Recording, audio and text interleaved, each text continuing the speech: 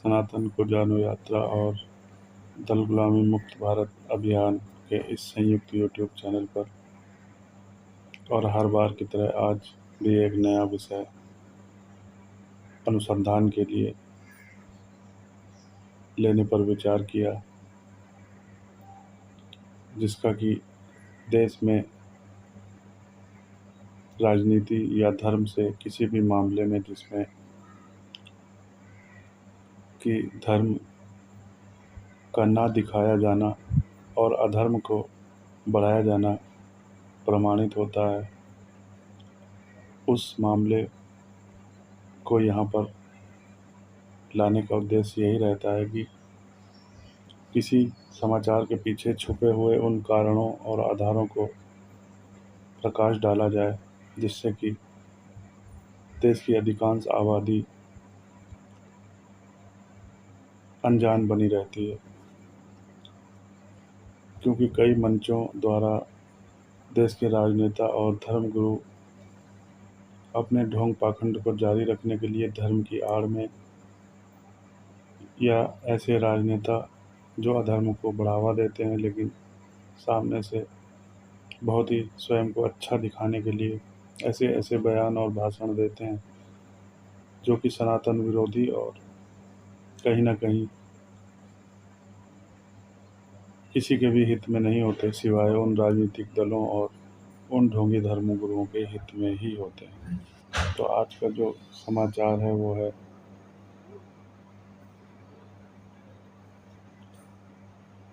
पुणे में कांग्रेस नेता राहुल गांधी का जो भाषण हुआ है।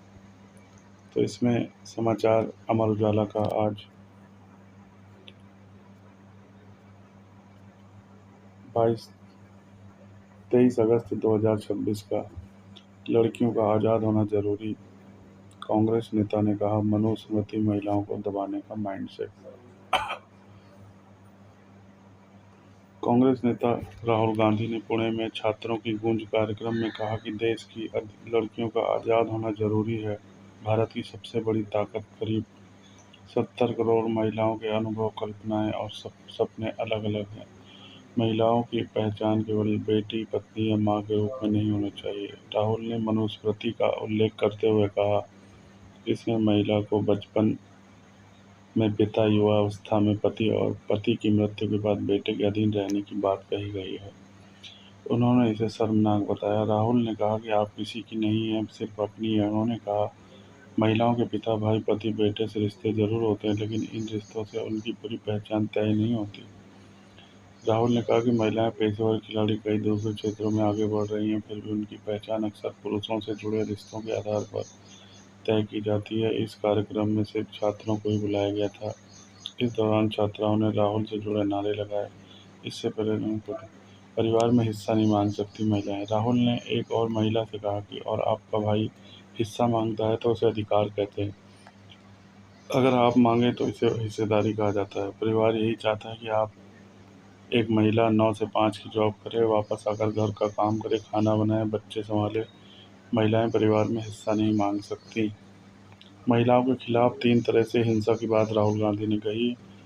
राहुल गांधी ने कहा मनुस्मृति महिलाओं को दबाने का माइंडसेट है। उन्होंने कहा महिलाओं के खिलाफ 3 तरह से हिंसा होती है। पहली, पैदा होते ही हत्या, दूसरी शारीरिक अत्याचार, तीसरी आर्थिक बंदिशें। उन्होंने पीएम मोदी योगी भागवत के बयानों के क्लिप दिखाए, जिसका शीर्षक था मनुस्मृति इज बैक। राहुल ने कहा जंतर मंतर में गालियां लड़कों ने भी दी और लड़कियों ने भी, पर पीएम ने कहा कल्चरल शॉक लगा कि लड़कियों ने गाली दी। लड़के गाली दें तो उनके लिए सही है, लेकिन लड़की गाली दें तो शोभा नहीं देता। उन्होंने कहा कि वह पुणे में महिलाओं की राजनीति पर भाषण देने नहीं बल्कि उनकी बातों को सुनने आए थे। तो आज का ये जो समाचार है, इसका उद्देश्य यहाँ पर इसे दल गुलामी मुक्त भारत अभियान के इस चैनल पर, संयुक्त यूट्यूब चैनल पर रखने का उद्देश्य यही है कि इस भाषण के पीछे छुपे अदृश्य कारणों और अदृश्य आधारों को प्रकाश में लाया जाए, जिसे कि मन में रखकर राहुल गांधी राजनीति करने का प्रयास कर रहे हैं और एक बड़े वोटर वर्ग जो कि चुनाव में अहम भूमिका निभाता है उस पर डोरे डालने की कोशिश भी करते दिखाई पड़ रहे हैं। और जहाँ तक लड़कियों का आज़ाद होना ज़रूरी है ये बात है, तो आज किस बात में लड़कियां आज़ाद नहीं हैं? आज सबसे ज़्यादा जो आज़ादी के नाम पर, चाहे वो लिव इन रिलेशन हो या अन्य तरह की बातें हों या फिर फर्जी मुकदमे करने की आज़ादी हो लड़कियों को, इसमें शायद ही लड़के उनकी बराबरी कर सकें। जिस प्रकार से आए दिन कचहरी और कोर्टों में फर्जी मुकदमों की संख्या बढ़ती जा रही है और उनका जब कारणों का आधार देखा जाएगा तो राहुल गांधी को समझ आएगा कि देश में लड़कियों को आज़ादी देने की नहीं बल्कि अब उनसे थोड़ा आज़ादी छीनने की बारी है।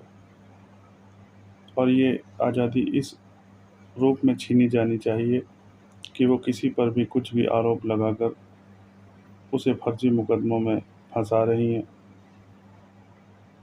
विवाह के बाद पैसे मोटे धन के लालच में पतियों पर फर्जी मुकदमे किए जा रहे हैं और भारी भरकम राशियां मांगी जा रही हैं सेटलमेंट के नाम पर। और तो और कई लड़कों को ऐसी लड़कियों से पीड़ित होने पर अपनी जान तक गंवानी पड़ी।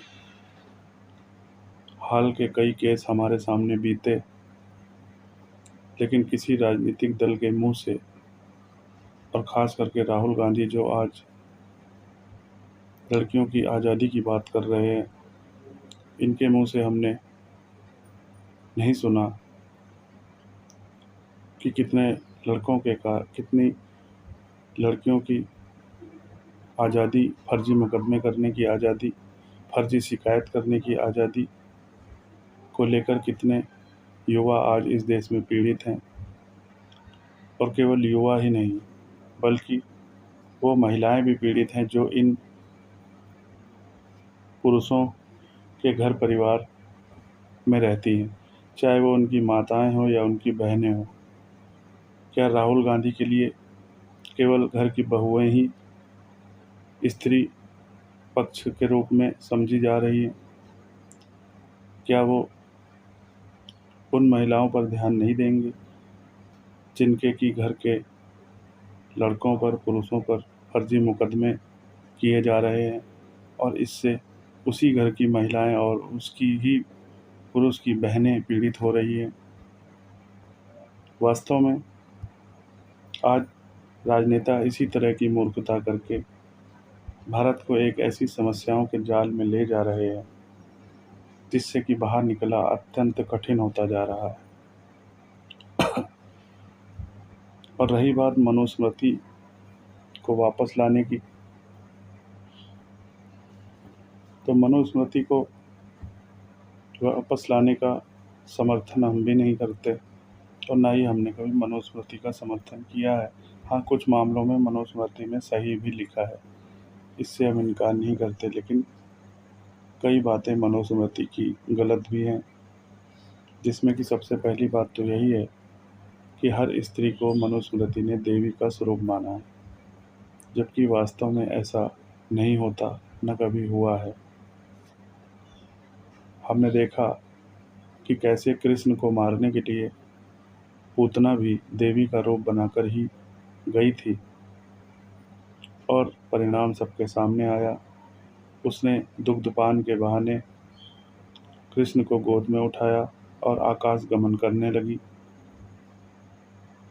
जिसके बाद कृष्ण ने दुग्धपान की आड़ में उसके स्तनों को अपने दांतों से काटकर उसे मौत के घाट उतार दिया।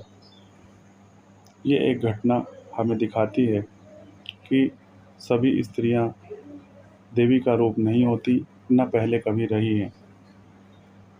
ये मूर्खों द्वारा एक प्रचारित एक ऐसा विचार है जिसमें फंसकर ही आज देश की दुर्दशा हो रही है।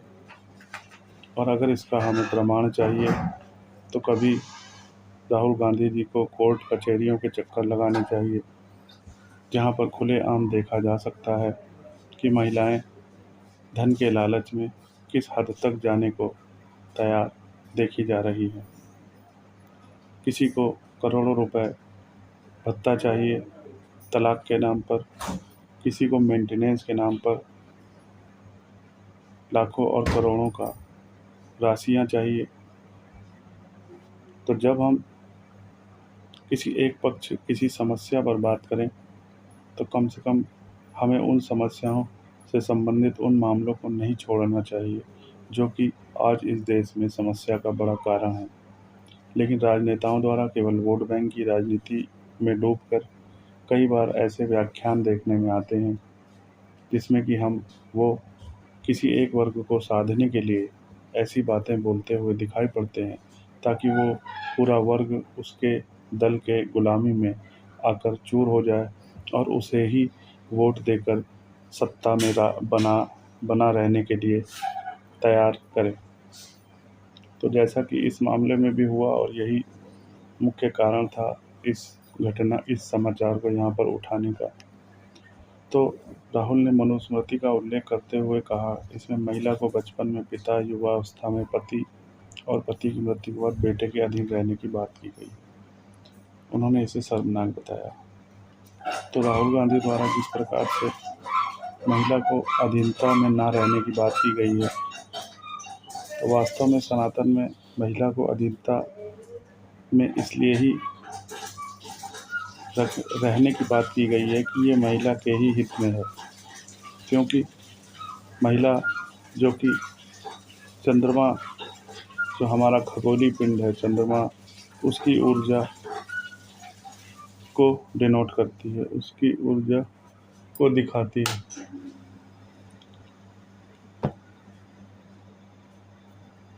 स्त्री जो है, स्त्री शक्ति जो है, स्त्री शरीर की बात नहीं कर रहा, स्त्री शक्ति, फीमेल एनर्जी जिसे इंग्लिश में कहेंगे, वो चंद्रमा की एनर्जी को शो करती है ज्योतिष में, अध्यात्म में और सनातन में। तो ये जो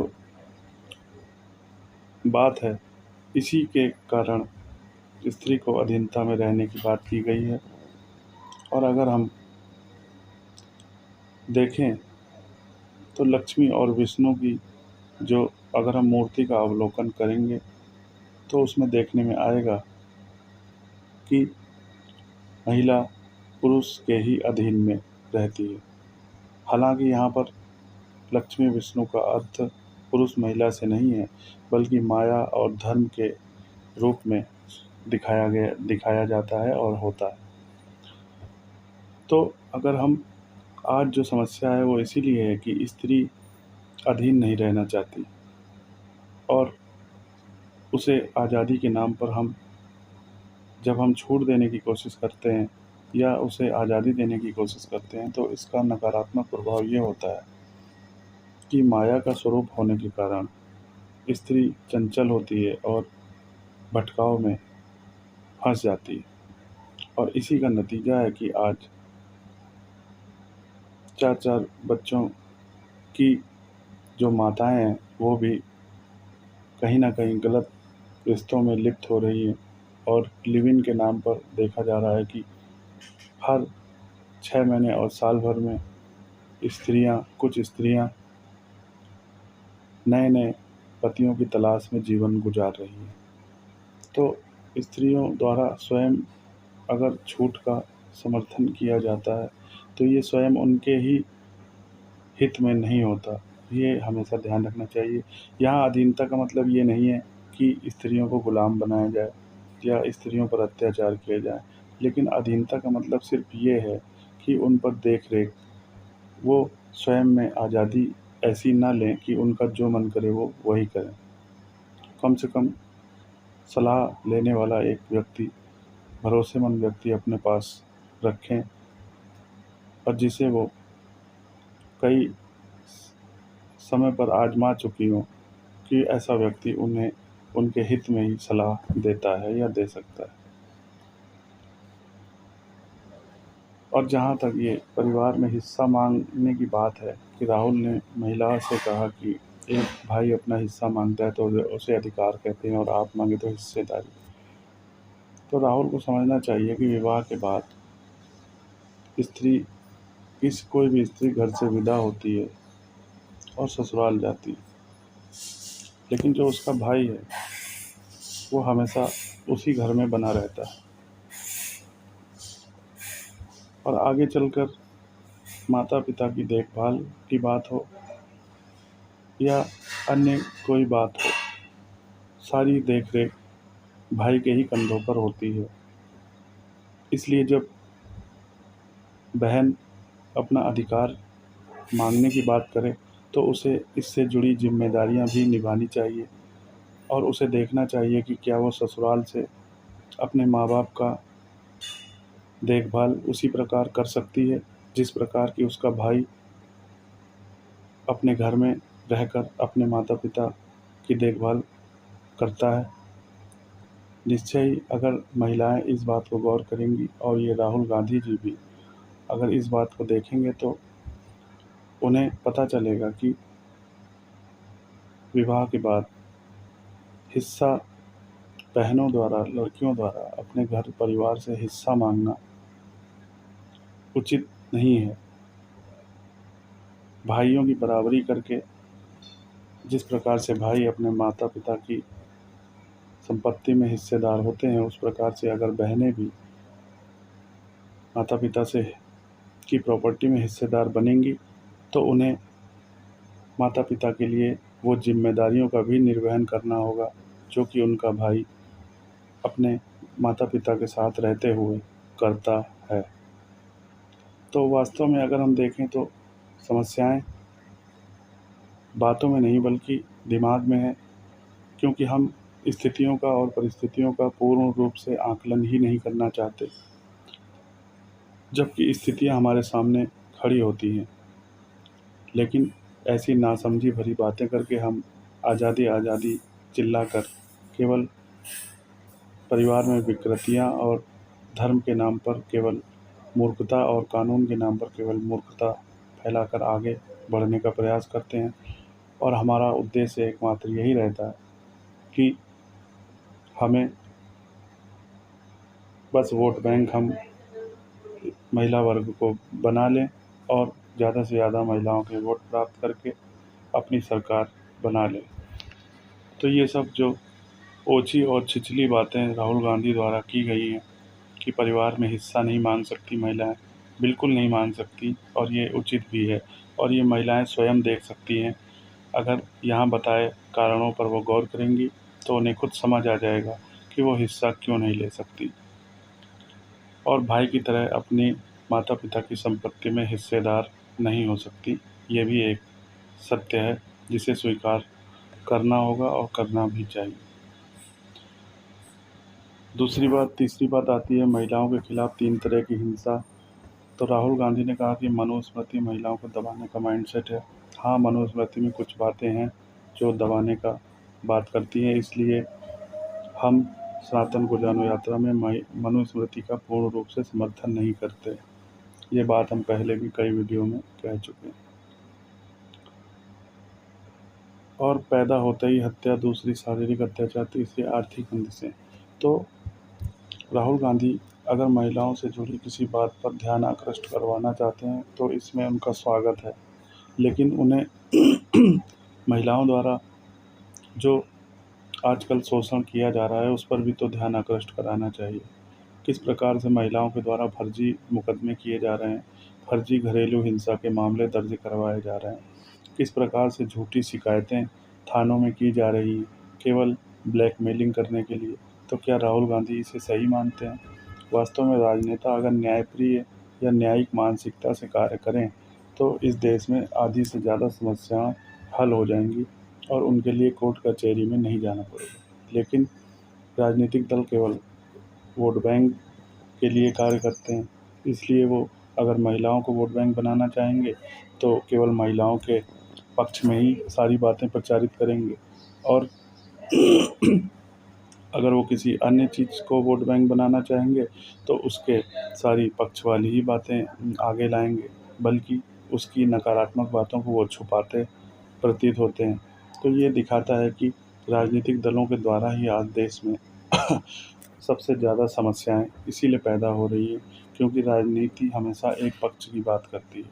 कोई भी दल हो, वो किसी न किसी वोट बैंक को आगे रखने की ही बात करता है, और यही समस्याओं की जड़ है।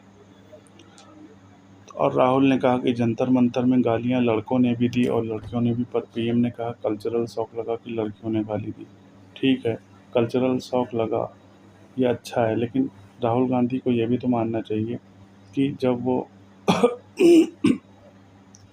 क्या उन्हें पता नहीं है कि आज देश में न्यायपालिका पर आधे से ज़्यादा जो मामले हैं वो महिलाओं द्वारा फर्जी रेप के मामले, फर्जी घरेलू हिंसा के मामले, फर्जी तलाक के मामले और फर्जी छेड़छाड़ के मामले भी दर्ज हैं।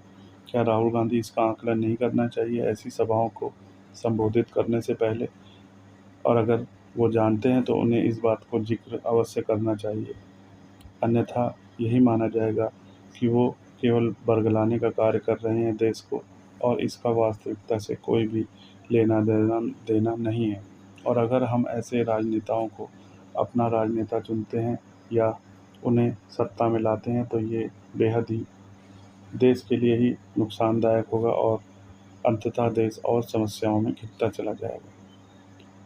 तो ऐसे समाचारों को आकलन करके वास्तव में जो हमारा उद्देश्य रहता है वो यही रहता है कि हम खबरों के पीछे छुपे सच और ऐसी बातों पर प्रकाश डाल सकें जिससे कि सभी अनजान बने हुए हैं, और राजनेताओं द्वारा वोट बैंक बनाए जाने के कारण उन्हें ऐसा प्रतीत होता है कि फलाना राजनीतिक दल हमारा बहुत हितैषी है और इसका साथ देकर हम सभी समस्याओं से मुक्त हो सकते हैं।